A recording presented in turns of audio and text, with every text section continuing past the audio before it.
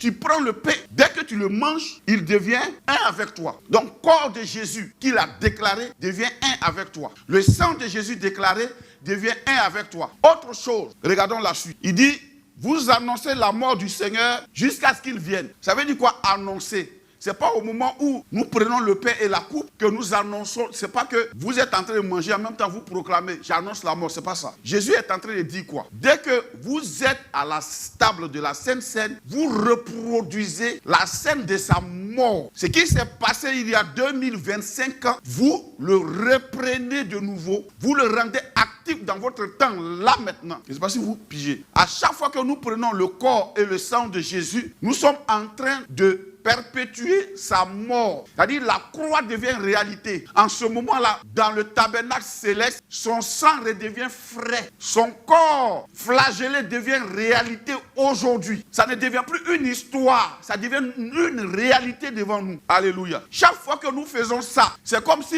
nous téléportions la scène de sa mort depuis la date de sa mort dans notre époque. Je ne sais pas si vous comprenez. Au moment où tu attrapes la coupe, que tu es en train de la boire, à l'instant T, Jésus est en train de saigner. Le sang est frais. C'est ce qu'il veut dire. Le sacrifice, nous reprenons le sacrifice à la croix. Nous revivons le sacrifice à la croix.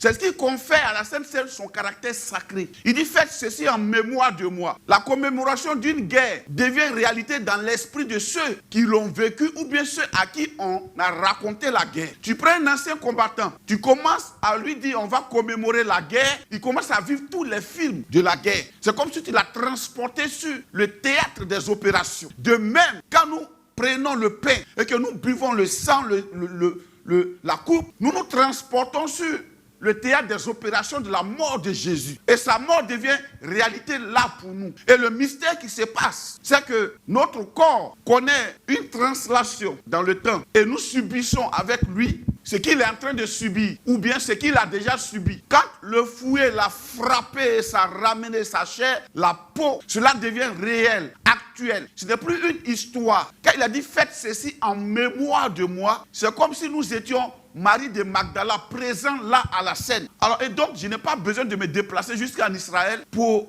comprendre ce que c'est. Alléluia.